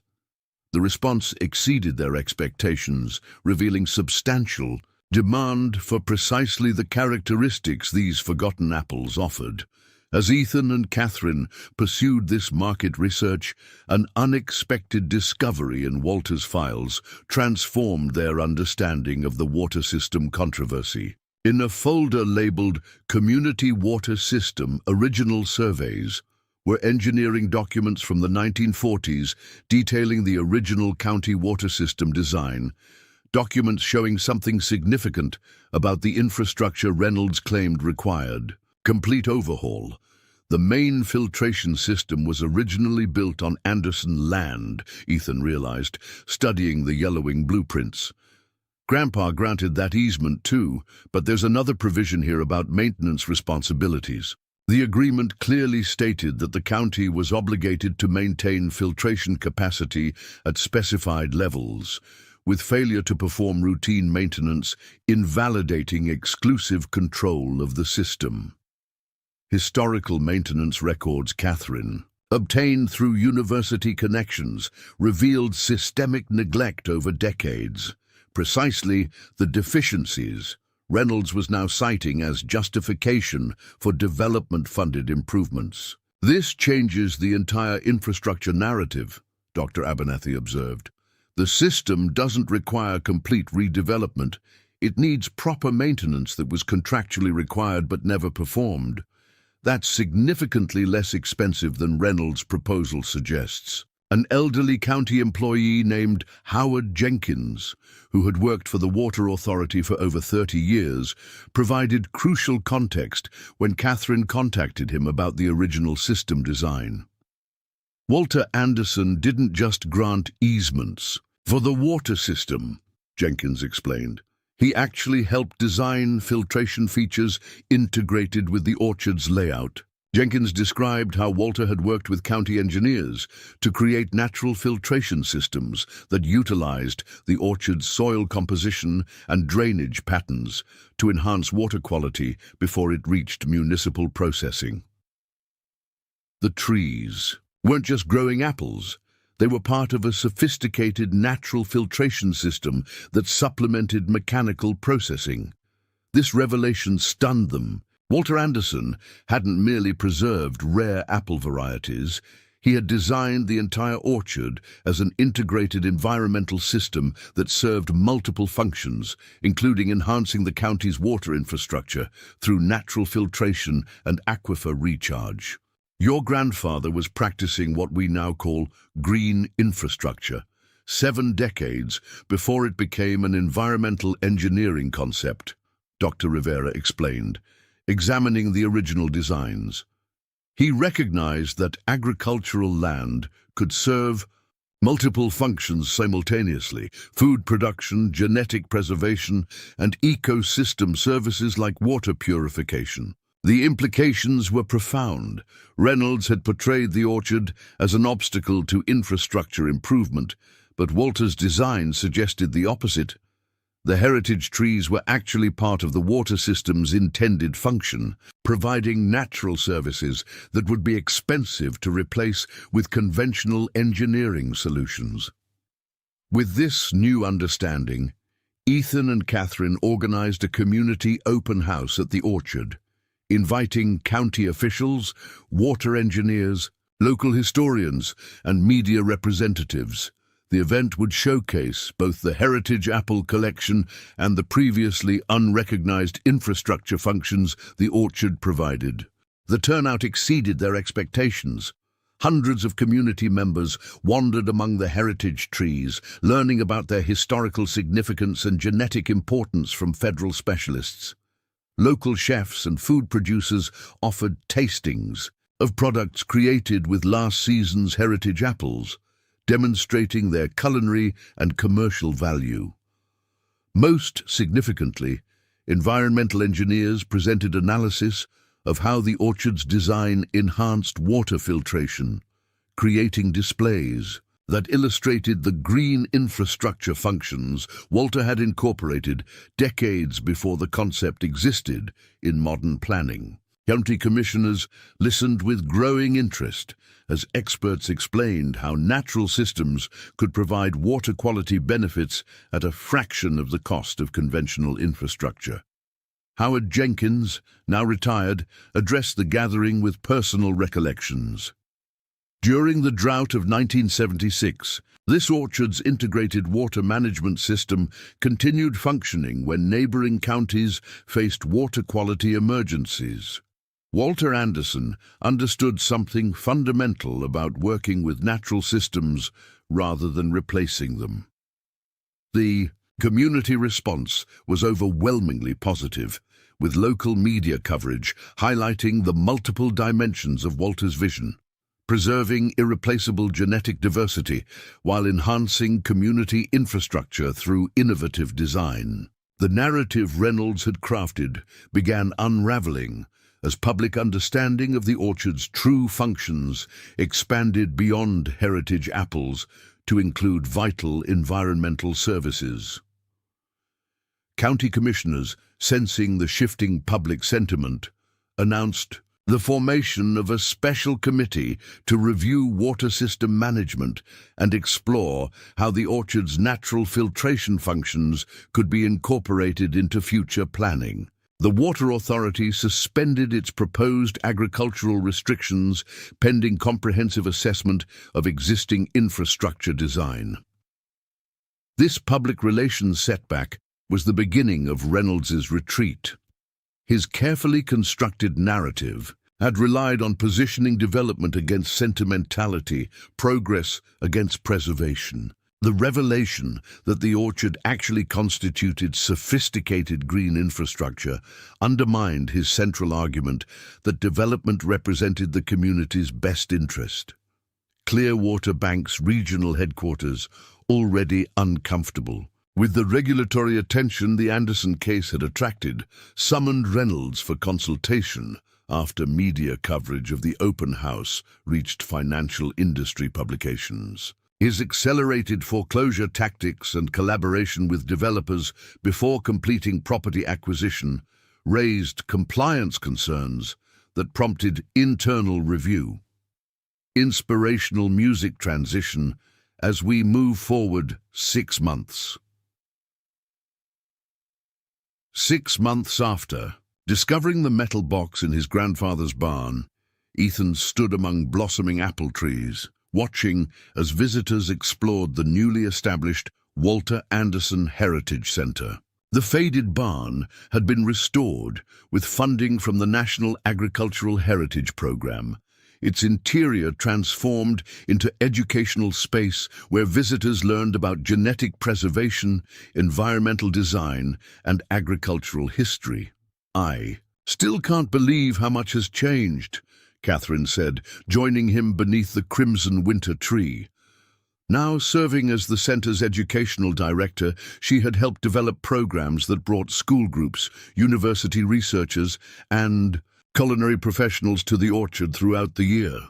"From foreclosure to National Heritage Site in half a year," Ethan agreed, watching a group of agricultural students learning grafting techniques from Dr. Abernathy. Grandpa would be amazed by how many people care about what he preserved. The National Agricultural Heritage Program had granted permanent protection status to the Anderson Orchard, designating it their first living agricultural heritage laboratory, a new classification that recognized sites where historic preservation aligned with contemporary research and education. The designation included substantial funding for maintenance, research, and educational programming that had transformed the farm's economic outlook. Dr. Rivera approached, carrying preliminary economic projections for the orchard's new operational model. "The specialty market partnerships are exceeding expectations," she reported. "Craft cideries are contracting your entire production of heritage cider varieties at 5 times standard market rates, and the culinary variety contracts with specialty restaurants are similarly profitable. Most significantly, the licensing agreement for the fire blight resistance genetics discovered in the Stonehammer variety promised sustainable income for generations." Cornell University's agricultural program had established a research partnership that would eventually introduce this natural disease resistance into commercial breeding programs, generating ongoing royalties that would support the orchard's preservation in perpetuity. "The genetic licensing alone ensures financial stability," Catherine noted, "but the integrated business model is what makes this truly sustainable. Specialty crop sales, educational programming, research partnerships, and ecosystem services. Payments from the County Water Authority. This last element represented perhaps the most surprising outcome of their journey. Once the orchard's role in water filtration was fully documented, the county had established an ecosystem services payment program that compensated the Heritage Center for the natural infrastructure functions it provided. Recognizing the economic value of services previously taken for granted, Reynolds had departed Riverdale County shortly after Clearwater Bank reassigned him to their compliance department, a bureaucratic exile from which his career would likely never recover. The regulatory scrutiny triggered by the Anderson case had expanded into a broader examination of the bank's rural lending practices, revealing patterns of accelerated foreclosures on agricultural properties with development potential. Riverview. Developers had withdrawn their housing proposal entirely, pivoting to more conventional projects without the complications of contested heritage claims. Their public statements emphasize commitment to community-appropriate development that respects local heritage. Corporate language, acknowledging their miscalculation in challenging the orchard's significance. The most personal transformation had been Ethan's own relationship with his family's legacy. The farm that had seemed an overwhelming burden now represented his connection to a visionary ancestor whose work had proven remarkably prescient. Managing the Heritage Center demanded different skills than conventional farming, but the sense of purpose far exceeded anything commercial agriculture had offered. As the day's visitors departed and evening approached, Ethan returned to his grandfather's workshop in the restored barn. The hidden compartment that had protected the metal box now stood open as part of the historical exhibit, its secret purpose fulfilled after decades of patient waiting. Carefully, Ethan placed the box back in its original hiding place, adding a new journal documenting the remarkable events of the past 6 months. Future generations would find not only Walter's preservation work, but the story of its rediscovery and validation, a continuing narrative of agricultural heritage protected through individual foresight and collective recognition of its irreplaceable value. Outside, the heritage apple trees stood bathed in golden evening light, their gnarled branches beginning to form the first tiny fruits of the season. The orchard had survived not just by chance, but through the deliberate vision of a man who understood that some treasures must be protected against the short-sightedness of conventional wisdom, preserved until the moment when their true value could be recognized. What appears to be lost is sometimes simply waiting to be rediscovered. Walter Anderson's legacy reminds us that true foresight means planting seeds whose fruits you may never personally harvest, preserving treasures that future generations will need long after you're gone. When Ethan opened that mysterious package left by his grandfather, he didn't just save a family farm, he reconnected an entire community with living heritage that had been quietly waiting for the right moment to reveal its true purpose. If this story touched your heart, hit the subscribe button for more tales of forgotten legacies and hidden treasures waiting to be discovered. Remember, in a world that too often values only immediate returns, the most important inheritance might be the wisdom to protect what seems forgotten until its time comes again.